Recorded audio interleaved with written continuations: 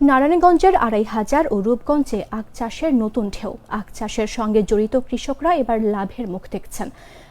আখের চারা রোপণ করতে থেকে প্রতি মন গুড় তৈরি করতে খরচ হচ্ছে ৩৫০০ টাকা, আর বিক্রি হচ্ছে ৮০০০ টাকায়। ২৫০০-এর গোপনদী, মনোহরদী, ফজুরকান্দি বড় ও ছোট বিনাইর চরে আখ চাষ করছেন স্থানীয় কৃষকরা।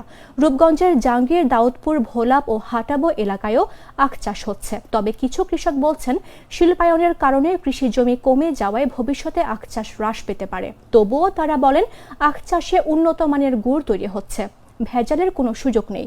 রূপগঞ্জ ও ২৫০০ উপজেলা কৃষি কর্মকর্তা জানিয়েছেন, আখ চাষে বিঘা প্রতি খরচ ৫০ থেকে ৬০ হাজার টাকা হলেও বিক্রি হয়ে যায় ১ থেকে ১.৫ লাখ টাকায়।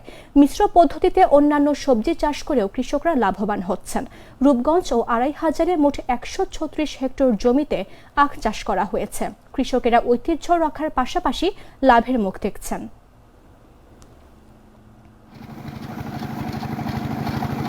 ১১ মাস বা ১২ মাসের ভিতরে আমরা কেটে লয়ে লাই। লওয়ার পরে আমাদের এই ক্ষেতের ভিতরে ইনশাল্লাহ এক একজনের এক এক রকমের হয়, একটু বেশি হয়, একটু কমও হয়।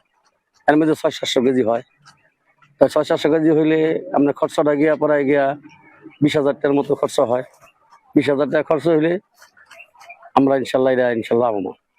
আমরা এটা লাভবান বলতে পরে আবার এতে মুড়ি দেওয়া হয়, আবার যে পুঁই জ্বালায় হয় সেটা রাইখে দিলে আবার এই গুঁড়ি হয়। আমরা ২বার বা ৩বার রাখতে পারি।